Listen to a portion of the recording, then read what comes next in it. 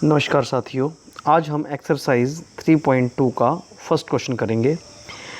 निम्नलिखित समस्याओं के रैखिक युग्म बनाइए और ग्राफीय विधि से हल कीजिए। दो काम करने हैं, एक तो उनके रैखिक युग्म समीकरणों के युग्म बनाने हैं और दूसरा उनको आलेखीय विधि यानी कि ग्राफ बना के उनको हल करना है। पहले क्वेश्चन की जो पहले स्टेटमेंट है उसको हम रीड करते हैं। फर्स्ट पार्ट की, कक्षा 10वीं के 10 विद्यार्थियों ने एक गणित की पहेली प्रतियोगिता में भाग लिया। कुल विद्यार्थी 10 हैं।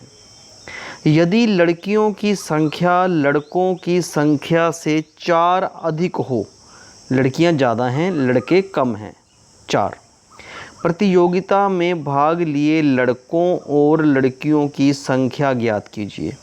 देखिए, गणित में कोई भी क्वेश्चन जो है वो बड़ा इम्पोर्टेंट होता है उसके सॉल्यूशन की बजाय। यदि आपको क्वेश्चन अच्छी तरह समझ में आ गया तो समझ लीजिए कि आप इसका सॉल्यूशन भी आसानी से कर देंगे। इसलिए इस क्वेश्चन को मैं दोबारा रीड आउट करता हूँ, आप दोबारा समझिए कि कक्षा में कुल विद्यार्थी हैं 10, लड़के भी हैं और लड़कियाँ भी, कुल मिलाकर ये 10 हैं। इनकी एक टीम में 10 विद्यार्थी हैं। लड़कियों की संख्या लड़कों से 4 अधिक है, यानी कि लड़कियाँ ज़्यादा हैं लड़के कम हैं। डिफरेंस जो है वो इनका 4 का है। तो एस का हम जो क्वेश्चन है वो आंसर स्टार्ट करेंगे सॉल्यूशन। वी माना लड़कियों की संख्या x और लड़कों की संख्या y। इसमें क्योंकि ये रैखिक समीकरणों के युग्म हैं इसलिए 2 प्रश्नानुसार हैं और 2 ही समीकरण बनेंगे। पहला है कि कुल संख्या 10 है, यानी कि जब x प्लस वाई को जोड़ोगे तो हमारे पास 10 आ जाएगा। इसको मैंने समीकरण नंबर 1 का नाम दे दिया। दूसरा, लड़कियों की संख्या जो है वो लड़कों से अधिक है, 4 अधिक है, तो x माइनस वाई बराबर 4, यानी कि लड़कियों की संख्या में से यदि लड़कों की संख्या को घटाया जाएगा तो हमारे पास 4 आएगा। इसको समीकरण नंबर 2 का नाम दे दिया। ये तो बन गया हमारे इसके रैखिक युग्म बन गए, समीकरणों के युग्म बन गए। और अब हमने इसको ग्राफ से हल करना है। तो इसको हल करने का मेथड आपको पता है कि सबसे पहले हम इसकी टेबल बनाते हैं, जैसे हमने कक्षा 9th में भी सीखा था, 3.1 में भी किया था। टेबल बनाने के बाद हम इसका ग्राफ बनाएंगे। देखिए, पहली समीकरण बड़ा ही आसान है, x plus y is equal to 10 है। इसमें हमने टेबल का निर्माण करना है।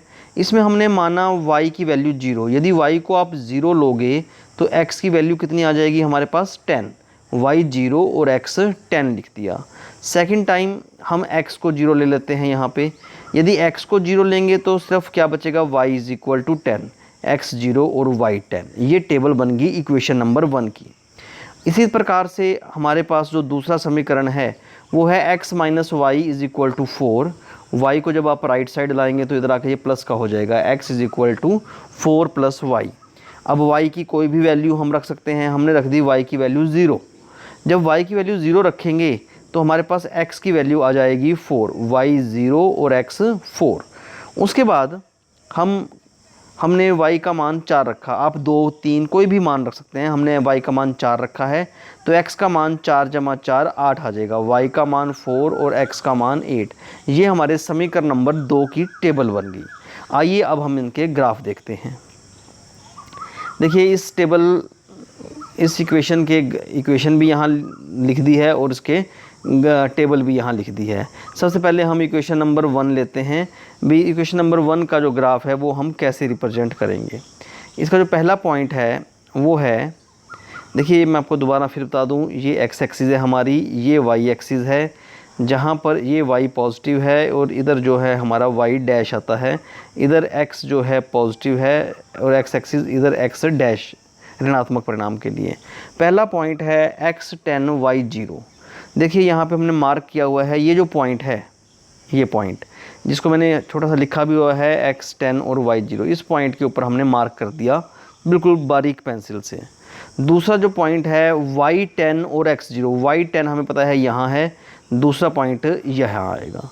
अब इन दोनों पॉइंट को स्केल की हेल्प से हमने बिल्कुल स्ट्रेट लाइन से ज्वाइन कर दिया आपस में और इसका इक्वेशन का नाम लिख दिया समीकरण नंबर 1 और इक्वेशन का नाम इक्वेशन लिख दिया x plus y is equal to 10। उसके बाद जो दूसरा हमारे पास ग्राफ के लिए टेबल बना है x4 y0। अब x4 हमारे पास कहाँ आएगा, ये पॉइंट आएगा x4 और y0 है। दूसरा पॉइंट है x8 और y4, x8 ये है और y4 ये है, तो ये वाला पॉइंट जो है ये पॉइंट हमारा 8,4 आएगा, यहाँ लिखा हुआ है। अब आपने इन दोनों पॉइंट्स को स्केल की हेल्प से मिला देना है।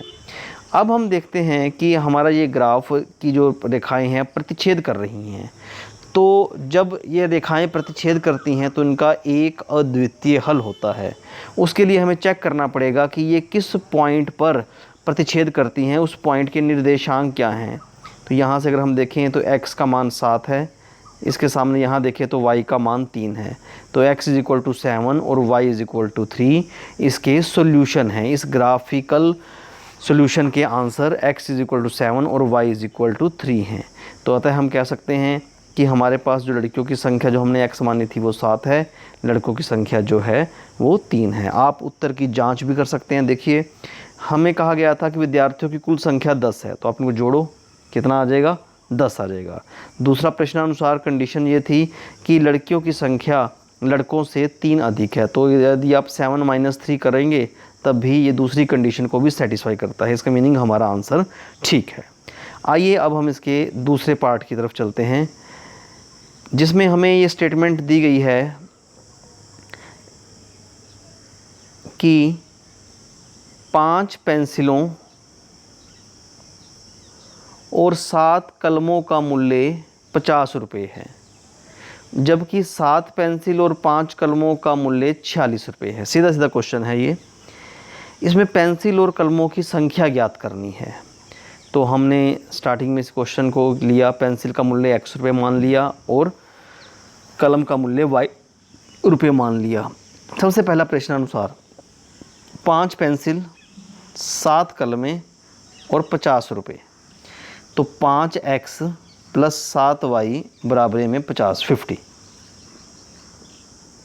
और जो हमारा दूसरा समीकरण बनेगा वो है 7x + 5y बराबर में 46, क्योंकि 7 पेंसिलें 5 कलमें 46 रुपये की, ये दूसरी कंडीशन है। ये समीकरण नंबर 2 हो गया। पुनः उसी तरह हम पहले इस इक्वेशन के हम टेबल बना लेंगे, फिर इस इक्वेशन की टेबल बनाएंगे और उसके बाद हम उनको ग्राफिकल रिप्रेजेंटेशन करेंगे। देखिए, सबसे पहले हम यही ग्राफ लेते हैं। हमारे पास 7x 5x + 7y = 50 टेबल का निर्माण करना है। हमने यहाँ पर 7y को राइट साइड लाए तो माइनस के 7y हो गया। 5x है तो x की वैल्यू 50 - 7y/5 आ गई। तो सबसे पहले हमने y की वैल्यू 0 पुट करी। जब आप y की वैल्यू यहाँ 0 पुट करेंगे तो x हमारे पास बचेगा 50/5, काट के वैल्यू आ जाएगी 10। यानी कि जब आपने y 0 पुट किया तो x की वैल्यू कितनी आ गई? 10 आ गई। दूसरी बार हमने जो y है y की वैल्यू 5 ले ली। वैसे कोई भी वैल्यू ले सकते हैं, लेकिन ऐसी वैल्यू ना लें जिसमें x या y की वैल्यू बहुत ज़्यादा पॉइंट्स में आए, थोड़ा ग्राफिकली उसमें दिक्कत होती है। तो हमने y की वैल्यू 5 ली, तो 7 × 5 = 35, 50 में से 35 माइनस किए 15, 15/5, तो हमारे पास उत्तर आ गया 3। यानी कि y को जब 5 लोगे तो x का मान 3 आ जाएगा। ये हमारी टेबल नंबर 1 बन गई, समीकरण नंबर 1 की टेबल बन गई। इसके बाद हमारा जो दूसरा समीकरण है वो है 7x, जब 5y को राइट साइड लाएंगे तो माइनस के 5y हो जाएंगे, तो x की वैल्यू 7 आ जाएगी। इस तरह हमने यहाँ भी टेबल बना ली। सबसे पहले हमने यहाँ पर y की वैल्यू 5 रखी। जब आप 5 रखोगे, 5 × 5 = 25, 46 में माइनस करोगे 21/7 दे रखा था हमें, तो x की वैल्यू 3 आ जाएगी। जब आप y की वैल्यू 5 रखोगे तो x की वैल्यू 3 आ जाएगी। आप कोई भी मान रख सकते हैं। मैं आपको बार बार एक बात बता रहा हूँ, थोड़ा सा ये कोशिश करें कि बहुत ज़्यादा पॉइंट्स में वो ना आए। दूसरी बार हमने y का मान रखा -2। जब हम y का मान -2 रख रहे हैं, देखिए तो क्या होगा यहाँ पर कि 5 गुणा में -2 आ जाएगा और माइनस माइनस प्लस हो जाएगा। 46 + 10 56 और बटे में 7 है। जब इन्हें कटिंग करेंगे तो हमारे पास 8 आ जाएगा। यानी कि y का मान हमने -2 रखा समीकरण में और हमारे पास 8 आ गया। दोबारा हम देखते हैं किस समीकरण की बात कर रहे हैं। ये हम समीकरण नंबर 2 की बात कर रहे हैं, 7x + 5y में। ये इसकी टेबल बन गई। अब हमारे पास दोनों टेबल बन चुकी हैं। अब हम दोनों टेबल की हेल्प से ग्राफ बनाते हैं। देखिए यहाँ पर हमें पहले समीकरण का जो ग्राफ दे रखा है पहले उसे बनाएं। x10 y0, x10 ये पॉइंट है और y0 यहीं पे है, इस पॉइंट को हमने मार्क कर दिया। दूसरा है x3 और y5, x3 ये है, y5 ये है, ये वाला पॉइंट। इस पॉइंट दोनों पॉइंट्स को ज्वाइन करते हुए हमने ये लाइन ड्रॉ कर दी है।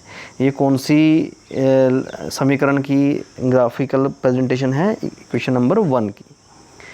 इसके बाद आप अपनी दूसरी टेबल लें, x3 y5, ये पॉइंट तो कॉमन है, दोनों इक्वेशंस दोनों टेबल में आया हुआ है। इसका जो दूसरा पॉइंट है x8 आप यहाँ देखें, ये पॉइंट है x8 और y-2 ये है, तो इसके सामने वाला पॉइंट ये पॉइंट आएगा, ये दूसरा पॉइंट है। इन दोनों पॉइंट्स को आपने स्केल की हेल्प से ज्वाइन कर देना है। ये हमारे समीकरण नंबर 2 का ग्राफ बन गया। अभी तो बिल्कुल क्लियर ही नज़र आ रहा है कि यहाँ पर ये इंटरसेक्ट कर रहे हैं, वहाँ पर x का मान 3 है और y का मान 5 है, और यही हमारे सॉल्यूशन भी है। यानी कि एक पेंसिल का मूल्य 3 रुपये आ जाएगा, क्योंकि हमने पेंसिल का मूल्य x रुपये मानना था, और कलम का मूल्य जो है वो 5 रुपये आ जाएगा। आप पुनः इनके उत्तर की जांच करके प्रश्नानुसार देखें कि आपका उत्तर सही है या नहीं। धन्यवाद।